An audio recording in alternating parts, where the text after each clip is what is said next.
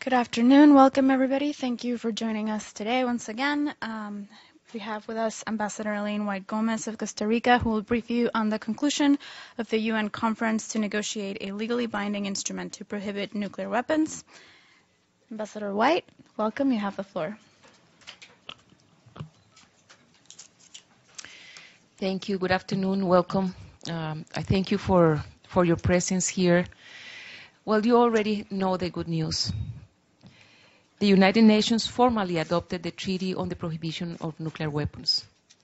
This is a historic moment for the international community. This is the first multilateral nuclear disarmament treaty to be concluded in more than 20 years.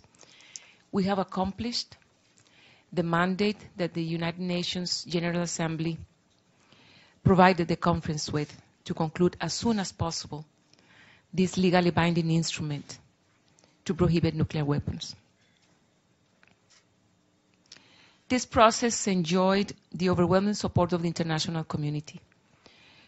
More than 130 states participated in the conference, and over 100 non-governmental organizations participated as well.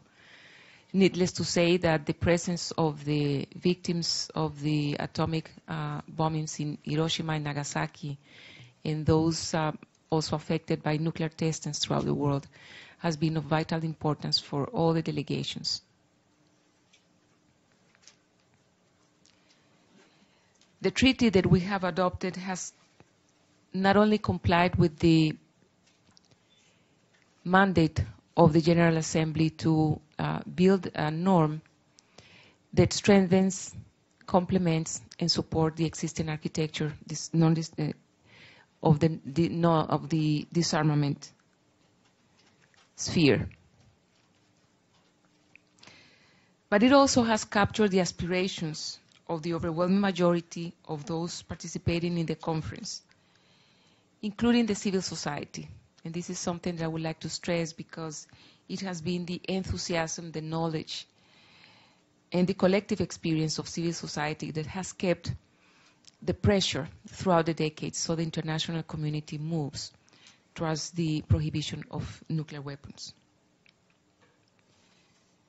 The prohibitions which are included in Article 1 constitute the heart, the very core of the treaty. And they are intended to cover a full range of nuclear weapon-related activities. These prohibitions have been carefully crafted in such a way so as to be clear, concise, and comprehensive. At the same time, keeping in mind the inclusivity and flexibility, and also the non-discriminatory nature that were at the heart of the political will of this conference.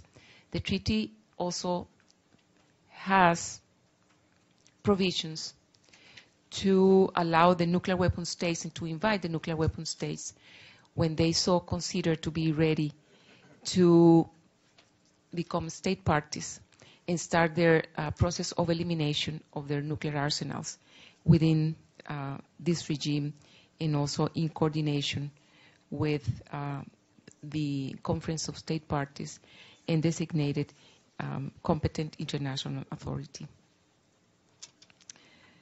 The treaty, for the first time, also includes positive obligations relating to the assistance to victims of the testing and use of nuclear weapons, as well as for the environmental remediations of areas contaminated as a result of nuclear weapon activities.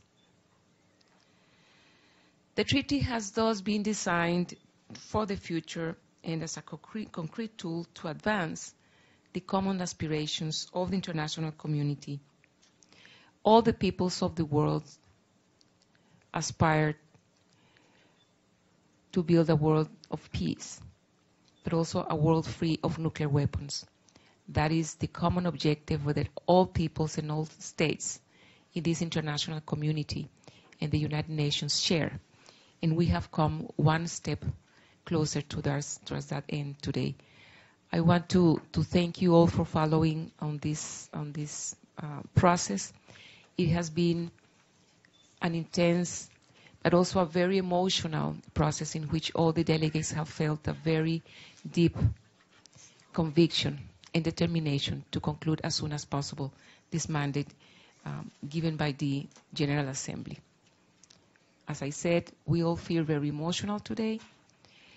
We feel that we are responding to the hopes and to the dreams of present and future generations, that we undertake our responsibility as a generation to do whatever is in our hands to achieve and to move the world towards the dream of a world free of nuclear weapons. I thank you very much, and I will be available for your questions. Okay, over here, Sharon. Ambassador Whyte Gómez, congratulations, and on behalf of the UN Correspondents Association, thanks for coming to talk with us immediately after the adoption. I know you must be exhausted. Are your eyes red because you've been crying, or Yes. because you're tired? Because I have been crying. So very, very emotional. Yes. So let's take that emotion then and respond to the statement that has just come from the United Kingdom, France, and the United States. Quote, "This initiative clearly disregards the realities of the international security environment. Accession to the ban treaty is incompatible with a policy of nuclear deterrence, which has been essential to keeping the peace in Europe and North Asia for over 70 years. A purported ban on nuclear weapons does not address the security concerns that continue to make nuclear deterrence necessary and cannot result in the elimination of a single nuclear weapon." How do you respond to that statement?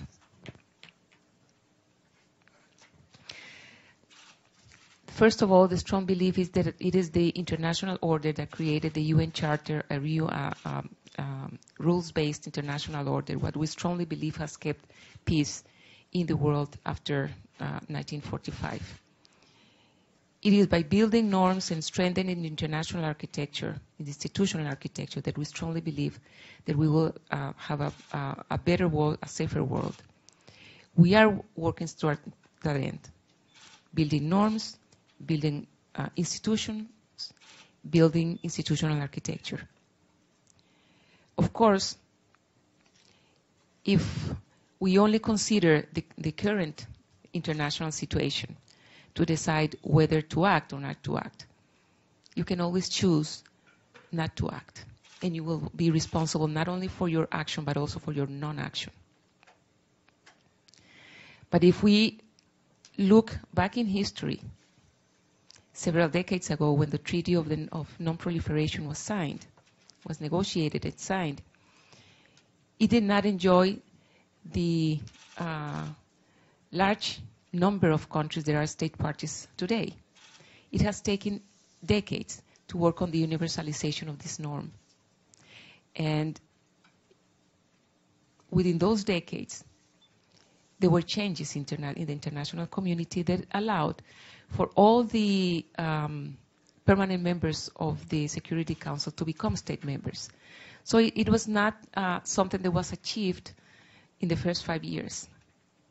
And as I said, when there was a change in circumstances, there was the Treaty of the Non-Proliferation of Nuclear Weapons ready to serve as a cornerstone for the nuclear non-proliferation regime. So what are we doing? What are we seeing with this treaty? We are expecting that it's going to become, and it is going to enter into force as soon as possible. And as it is the case with all families, when there is a new member that is born into that family starts to interact with the newborn and the new arrived member to the family, in which they become a well-integrated family. We strongly believe that this further develops the nuclear non-proliferation regime and the disarmament regimes, and we hope that together with all the components, we will have a safer world and a better international architecture. Yep. Thank you, Nizar Abud, Al Madin Television. In the case of NPT, we have seen that those who were party in that treaty were discriminated against. For example, in the case of Iran, it came under a lot of pressure, whereas when it came to Israel or other countries which are not members of NPT, they enjoyed the immunity by the international community for developing weapons clandestinely or openly, overtly, like in the case of North Korea. And they were immune from any accountability in this regard. How this treaty will be different in this case. If someone subscribed to it, and he will find himself obliged, whereas others will be immune.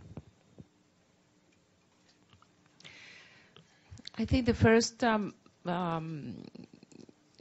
pillar of the political will of this conference has been to design a norm that is non-discriminatory, so that all states will be committed to the prohibition of nuclear weapons. The issue of non-compliance is the challenge for all the regimes, for all the normative regimes, the legal regimes. And that is the reason why most of the regimes have institutional arrangements that deal with the issues of follow-up, transparency, reporting, follow-up and oversight of compliance, and also to deal with cases of non-compliance. So it is that institutional arrangement, that is institutional architecture, that needs to take the political responsibility to act when there are instances of non-compliance. I am not going to refer to other regimes or what has and has not happened. But in this case, it will be in the hands of the Conference of State Parties to evaluate further measures or steps that would need to follow in order to make sure that the regime grows healthy and the norms are implemented properly, and that enough bridges of communication are built with the rest of the architecture, and also to look at the oversight and verification and the well functioning of the provisions of the treaty, and that were the ones that were captured in terms of norms that reflected the political will of the General Assembly and of the conference as well. Okay. Thank you. It's a follow-up question to my friend Nizar. My name is Abdul Hamid Sayam from the Arabic daily Al-Quds Al-Arabi. As you know, there are 9 nuclear states. 5 of them are the permanent members. We all know about them. There are 4 who are not members of NPT. Do you have any set of incentives for those 4 nuclear weapons who are not members of NPT to join the new regime? Thank you. Yes, the important aspect, the most important aspect in terms of accession to the regime is that it is non-discriminatory, and that all states can join this treaty, but that, of course, they have to commit to a process of elimination of their nuclear weapons. In that regard as well, there is an article that states that nothing in that treaty would undermine any international obligations that the state parties have acquired vis-a-vis other international treaties. Therefore, treaties that are party to the NPT and other international treaties, by becoming state parties of the Treaty on the Prohibition of Non-Nuclear Weapons, will not get away with their previous commitments. To the contrary, this will reinforce the commitment of non-proliferation and of nuclear disarmament. But at the same time, those countries that are not, if they want to become state parties to the Treaty on the Prohibition of Nuclear Weapons, they will also have to comply with a process of elimination of their nuclear weapons and start a process of becoming non-nuclear.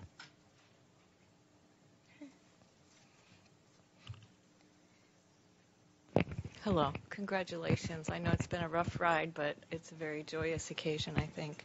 Can I ask a quick question about, I think you mentioned earlier Article 1 was at the heart of the treaty, and I know there was a lot of debate that we could listen to about the use or threaten to use nuclear weapons. Could you describe the significance of that in your view? And also, was it a reason that Netherlands decided not to join in the treaty? Could you elaborate on that a bit? Thank you. Yes, I thank you. I think for the case of the specific case of the treaties that the countries that have not participated, or in the specific case of the country that has not been able to vote in favor, I think they have taken the floor and explained, and it has been webcasted. So their position is already known, so I will not speak for them on their behalf. It is true that there was an important discussion about the inclusion of the issue of threat of use.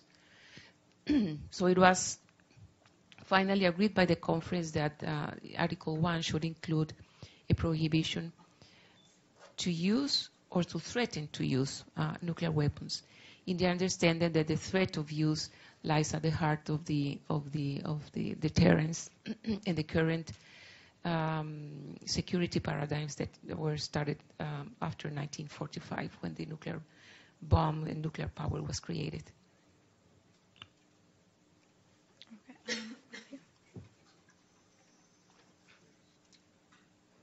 Matthew Lee, Intercity Press, on behalf of the Free UN Coastal Access. Thanks for doing these briefings 2 days in a row. I did hear what Netherlands said, so I wanted to, rather than ask you to speak for them, they talked about their NATO obligations, which I guess is something up for them, but one of their critiques was that it's not verifiable. They said this treaty is not verifiable, it undermines its credibility. So, not asking you to speak for them, but what's your response to that? Do you believe that they're wrong? Is it in fact verifiable, and what steps could be taken in the future to make it so if it's not today? Thanks. Well, I think also the language in the treaty also speaks for itself. The measures that the conference decided to include in terms of verification are already stated in Articles 2 to 5. And also there was the additional function of the Conference of State Parties to further develop the regime and to further agree on additional measures they might consider to to complement the existing status quo. The most important aspect is that this treaty also has to be flexible. As I mentioned yesterday, the situation may vary according to the level of the disarmament of the nuclear program that is under under disarmament in the regime. So the regime needs to establish to have a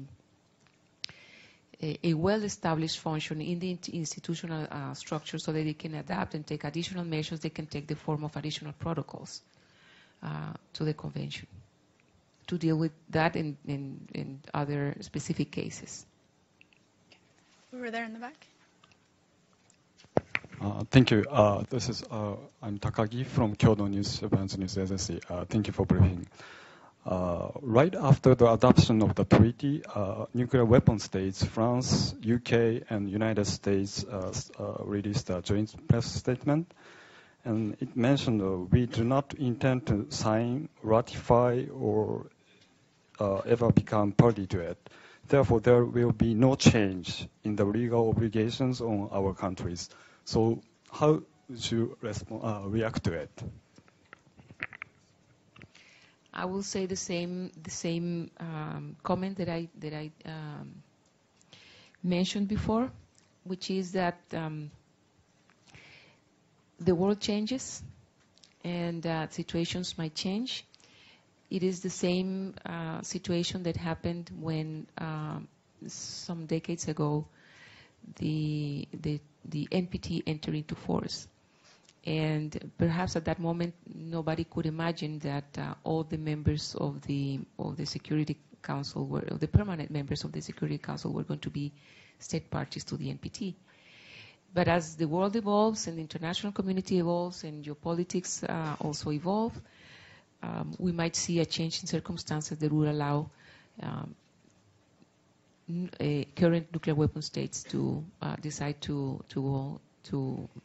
eliminate their nuclear weapons and become state parties, or become state parties and in that process also acquiring the obligation and the commitment to in a process of cooperative disarmament, start a process of destruction of their stockpiles and becoming non-nuclear.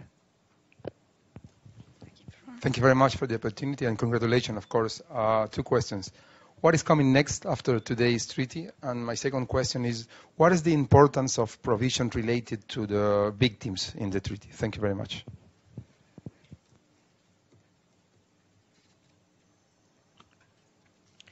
Well, after the adoption, this next step is the signature, and the text of the treaty has included a specific mentioning that as of September the 20th, the signature will be open. This is something that already will fall in the hands of the depositary, which the conference has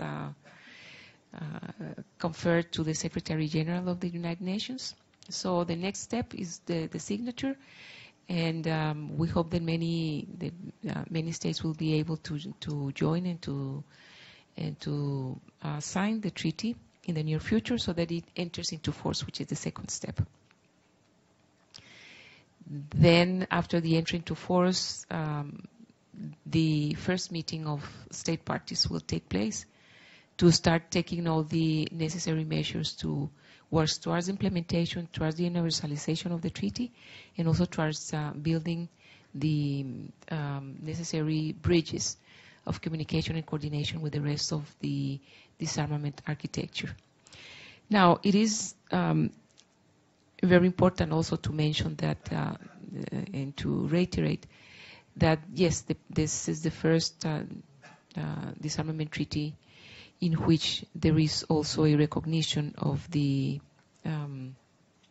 need to provide adequate assistance to the victims of both nuclear weapon explosions or testings, as well as for the environmental rehabilitation.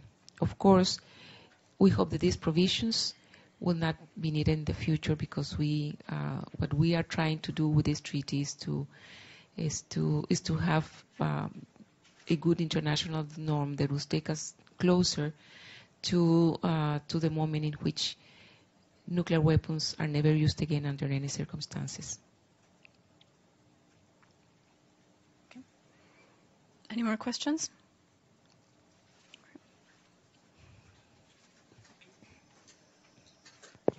Yes, thank you, Stefano Vaccara for Radio Radicale in Rome and La Voce di New York. Did you have the right attention for the media? What do you think? I mean, during this work, the fact that, yes, today maybe there is enough attention, but in those weeks, in those days, do you think that we, the media, should have done a better job? And if we didn't, do you think that this actually didn't help the pressure or who is not participating? Because on the hand, no, they care what the attention of the world is about it. So do you have anything to tell us? I think you can play a very fundamental role now. You can follow the signature, follow the entry into force, and see how it evolves as a norm, and see how it evolves when the first conference of state parties is going to take place. I think that it is true that we were not as covered by the media when we were in the middle of the negotiations. At the same time, most of the sessions and the plenary sessions, at least, they were webcasted and were open. So there is a point in which delegations, government delegations, need to sit just among themselves to be able to negotiate, and not being necessarily exposed to being in a window, being exposed, and so that it can have an environment that is convenient for the negotiations. And usually that takes place in closed environments. I think it would have been good to have more coverage at the very beginning of this process. But there was a point in the negotiations in which the states needed to have that peace of mind in that space where they could feel comfortable to negotiate. And I think that maybe was one of the reasons why, and of course the strong commitment and determination by the delegates. But I think that was one of the reasons why the talks and the negotiations were conducted in a very expedite manner. Because at some point they knew they were among themselves in in their conviction, in their negotiation process.